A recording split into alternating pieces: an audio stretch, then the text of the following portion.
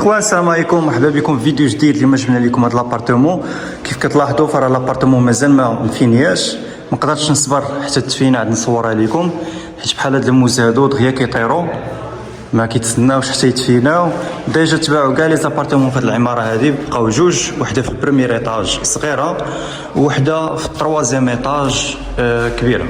هاد لابارتمون اللي كنصور لكم في البريمير ايطاج كيف كتشوفوا ما شاء الله، راه الصاله فيها غزاله وعندها الواجهه جنوبيه، يعني بارتمان مشمشه مزيان، مهويه مزيان ومضويه مزيان. جات قريبه لابلاج ب7 ديال الدقائق، قريبه للسونتر فيل غير ب10 دقائق. الثمن ديالها الخوت واللي هو اهم حاجه، الثمن 43 مليون اخر ثمن، وراه ديجا الثمن راه جد مناسب. بحال هاد الاثمنه راه ما بقاوش في اليونس. وفيها الدعم ديال 7 المليون، يعني تخلص غير 36 مليون. صراحه تري بون افير، ابارتمون جنوبيه بهذه المساحه وفينيسيون، كنضمن لكم انها تكون شي حاجه طوب، وبهذا الثمن راه شي حاجه مخيره.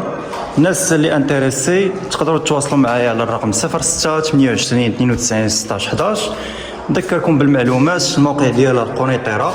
هنا تكون ان شاء الله الكوزينه، عندك هنا شومبر، عندك سال دو بان، عندك الصالون سيجور، عندك اون دوزيام شومبر بالبالكون.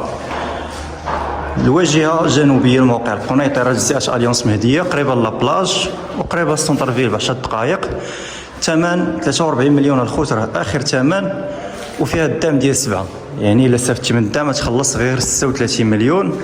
الناس اللي انتريسي تواصلوا معنا. الناس اللي كيتفرجوا ما تنساوش تخليو لنا جيم كومونتير، تقولوا لنا فيه الراي ديالكم، ونشوفكم في فيديو جاي ان شاء الله.